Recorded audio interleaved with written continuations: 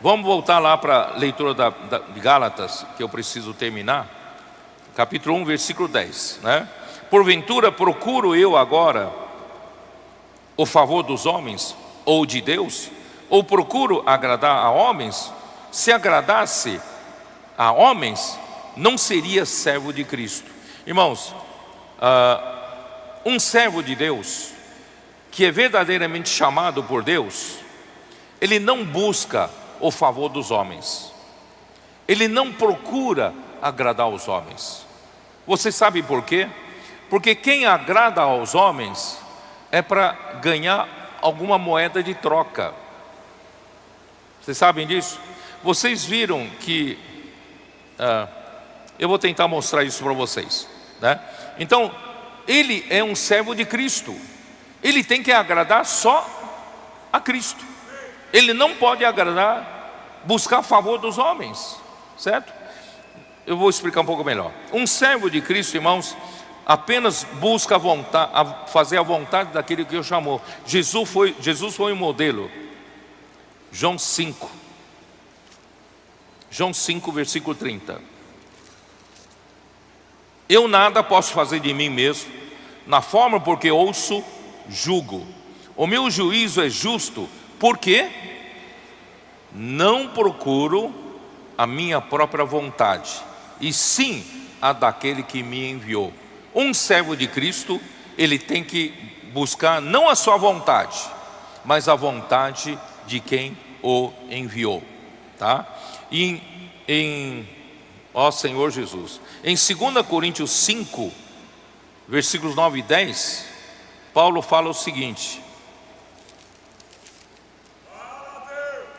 é por isso que também nos esforçamos, quer presentes, quer ausentes, para lhe sermos agradáveis. Irmão, Paulo só procura agradar ao Senhor, seja pela vida, seja pela morte. Ele quer agradar ao Senhor, porque importa que todos nós compareçamos perante o tribunal de Cristo, para que cada um receba segundo o bem ou o mal que tiver feito por meio do corpo. Irmãos, eu respondo somente a Ele. Eu tenho que ter medo dEle, tenho que ter temor dEle, eu tenho que agradar ao Senhor, certo? E também, irmãos, não busca, é isso, né? Não busca a glória dos homens, porque em João 7, dá uma olhada, em João 7, ó Senhor Jesus, João 7, versículo 18, ele fala assim: quem fala por si mesmo está procurando a sua própria glória. Por isso, irmãos, um apóstolo, um profeta de Deus não pode falar por si mesmo. Se ele fala por si mesmo, está buscando a sua própria glória.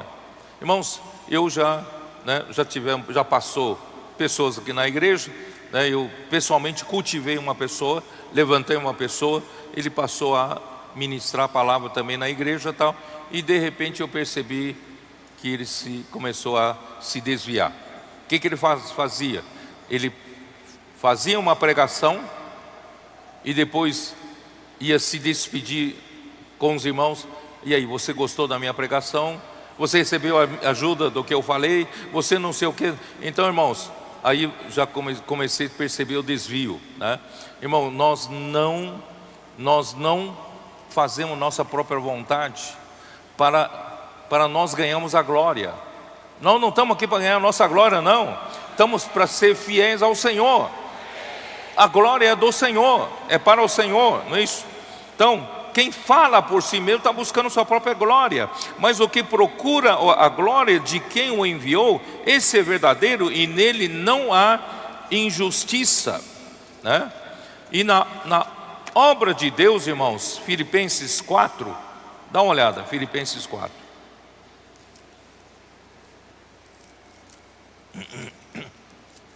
Filipenses 4, versículo 10, ele fala assim: alegrei-me sobremaneira no Senhor, porque agora uma vez mais renovastes a meu favor o vosso cuidado, o qual também já tinhais antes, mas vos faltava oportunidade. Digo isto não por causa da pobreza, porque aprendi a viver contente em toda e qualquer situação.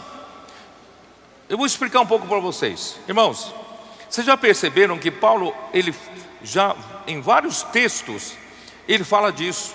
Ele fala para os coríntios que ele não se aproveitou dos coríntios nas coisas materiais. Ele não abusou dos irmãos. Ele antes trabalhou com a sua própria mão para não ser pesado em nenhuma igreja. Sabe o que ele quer mostrar, irmãos? É que às vezes um servo de Deus, para ele buscar um pouco o favor dos homens, para ele ganhar uma condição um pouco melhor, ele acaba agradando os homens, para ele ser bem tratado, para ele ter mais suprimento, mais ofertas, não é? Irmãos, infelizmente o homem é assim. Mas Paulo tinha uma pureza tão grande no coração, que ele não fazia nada para buscar nenhum benefício para si. Ele servia ao Senhor com pureza do coração. Ele é limpo nisso. Por isso, irmãos, nós não vamos em nenhum lugar, o servo de Deus não busca a favor dos homens para benefício próprio. Opa, você, eu agradando você, eu vou, né, vou ganhar benefício. Irmãos, eu já vi o irmão Dong indo para vários lugares, e o tradutor dele, aprendendo com ele a servir ao Senhor. Às vezes ele ia para um lugar, era hospedado na casa do principal irmão responsável daquela igreja, e quando ele via que tinha umas situações que não são boas, ele não media a palavra não, ele falava diretamente, e às vezes essa palavra feria quem o hospedava. E quando quem o hospedou é ferida, talvez ele não demonstrasse isso, geralmente a mulher dele demonstra. Irmão Dong já foi maltratado assim. Vocês não sabem. Mas um servo de Deus tem que se fiar ao Senhor. Então eu vou ler aqui, vocês vão passar a entender, tá? Tanto ser está humilhado, como também ser honrado. De tudo, em todas as circunstâncias, já tenho uma experiência. Tanto de fartura, como de fome. Assim de abundância, como de escassez. Quer dizer, irmãos, eu não vou ficar buscando o favor dos homens. Se estou vivendo em escassez, em fome, eu fico mostrando com aquela cara de que está passando fome, passando por necessidade. Os irmãos me perguntaram: irmão Pedro, o que você está passando? Eu estou passando por necessidade. Eu não tenho dinheiro para comprar isso, não tenho dinheiro para comprar aquilo. Irmãos, aí os irmãos vão me dar ofertas. Mas nós não servimos ao Senhor dessa forma. Nós temos que ter a nossa dignidade. Por mais que você realmente esteja passando por muita necessidade, você mantém a dignidade de um servo de Deus. Eu não vendo a minha dignidade. Os irmãos entenderam? Então, tudo posso naquele que me fortalece. Ó Senhor Jesus. Versículo 16. Porque até para Tessalônica mandaste não somente uma vez, mas duas, ou bastante para as minhas necessidades. Irmão, a igreja em Filipos era a única que mandava suprimento para ele.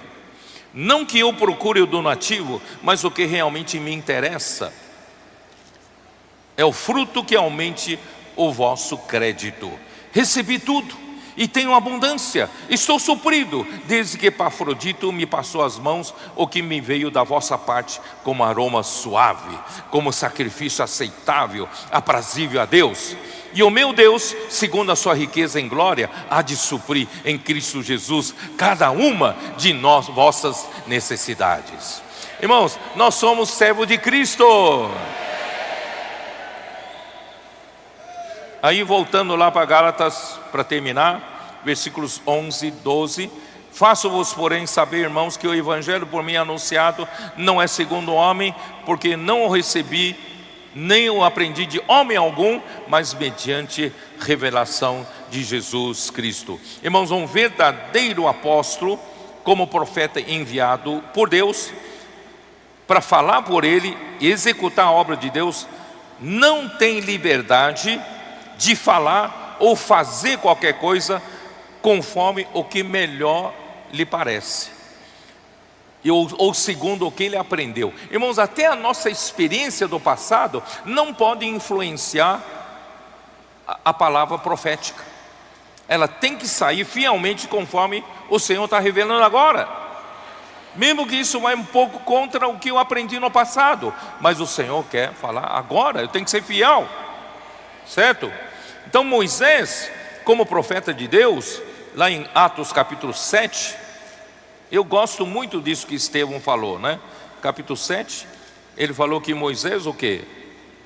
Transmitia, capítulo 7, né? Capítulo 7, versículo 38. Dizendo não, onde está? Versículo 38, é este Moisés quem esteve na congregação no deserto, com o anjo que lhe falava no monte Sinai, com os vossos pais, o qual recebeu palavras vivas para nos transmitir. Irmãos, o profeta Moisés não tinha liberdade de falar o que ele quer. Ele transmitia não doutrina, não conhecimento bíblico, ele transmitia palavras vivas de Deus. Irmãos, esse é um profeta fiel que foi Moisés, né? Então Deus fala através dos seus mensageiros. Isso eu li ontem, segundo Crônicas 36, 15 e 16, né? Deus mandou seus mensageiros. Os mensageiros de Deus, irmão, são profetas de Deus. Os profetas de Deus são mensageiros para enviar mensagens para o povo de Deus. Mas o povo de Deus desprezou, zombaram dos mensageiros, desprezaram a palavra de Deus e ridicularizaram os profetas de Deus. Por isso, irmãos, um profeta do Senhor, Deuteronômio 18:18, não tem liberdade de falar por si próprio. Deus é quem põe na sua boca a sua palavra. Ele tem que falar o que Deus ordenar. Deus que dá a ordem, ele tem que falar aquilo, né? Então, irmãos, por isso, e Deus pedirá contas, no versículo 19, Deus pedirá conta de quem não ouvir. Você pensa que tudo vai passar impune? Tem gente que não dá ouvido à sua palavra profética quando tem oportunidade. Deus vai pedir contas, né? Ele vai acertar as contas com essa pessoa. Então, irmão, quando aí, né, o Senhor então chamou Paulo para ser um dispensador da graça de Deus, e por isso foi dado a conhecer o mistério mediante uma revelação. Isso eu já li em Efésios capítulo 3, versículos 2 e 3. Então foi dado a Paulo essa graça de pregar o evangelho das insondáveis riquezas de Cristo, mediante a revelação que ele recebeu. Então a revelação de Jesus Cristo, que Deus, eu vou terminar com Apocalipse 1:1, pode ser? Vamos lá, Apocalipse capítulo 1, versículo 1. Revelação de Jesus Cristo, que Deus lhe deu para mostrar aos seus servos as coisas que em breve devem acontecer, e que ele, enviando por intermédio do seu anjo, notificou ao seu servo João.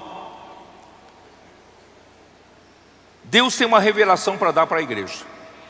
Ele primeiramente dá para os seus servos. Quem são os seus servos? São os fiéis mensageiros das igrejas. Você é um fiel mensageiro da igreja? Você transmite a palavra fielmente à igreja? Então, se você é um mensageiro.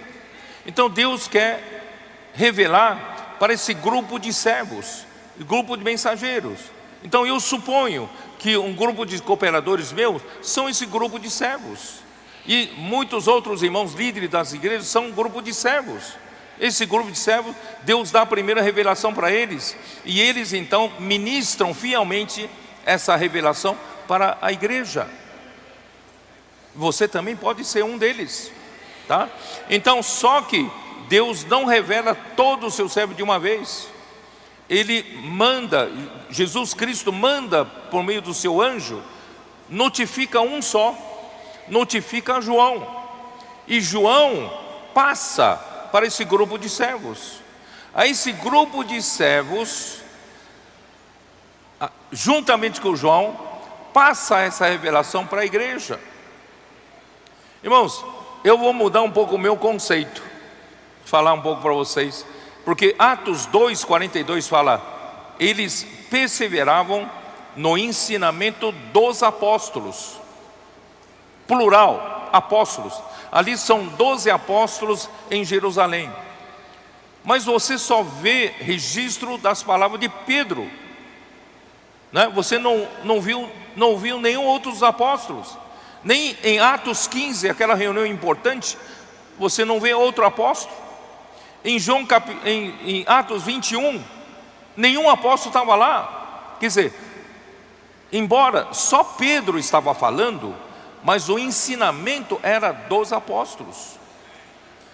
Então quero dizer um pouco assim para os meus cooperadores e para todos vocês que fazem parte desse grupo de servos: o ensinamento é dos grupo de servos. Embora Deus tenha me encarregado, me notificado para notificar o grupo de servos, eu vou dizer que esse ensinamento é dos apóstolos, esse ensinamento é desse grupo de servos, para eu não levar pedrada sozinho. Porque esse ensinamento que, né, a revelação que a gente recebe é para o grupo de servos. E esse grupo de servos tem que pegar essa responsabilidade e dizer que esse ensinamento é meu. Eu recebi, eu vou transmitir. Sabe? Então, precisam assumir coautoria. Eu estou conclamando a vários servos de Deus que recebem fielmente a mensagem de Deus para serem coautores. Vocês são coautores, são servos que Deus quer lhes dar revelação. Então todos nós temos a responsabilidade de transmitir fielmente a revelação recebida, tá bom? Então é isso que eu queria falar com vocês. Que o Senhor nos abençoe ainda no restante dessa conferência.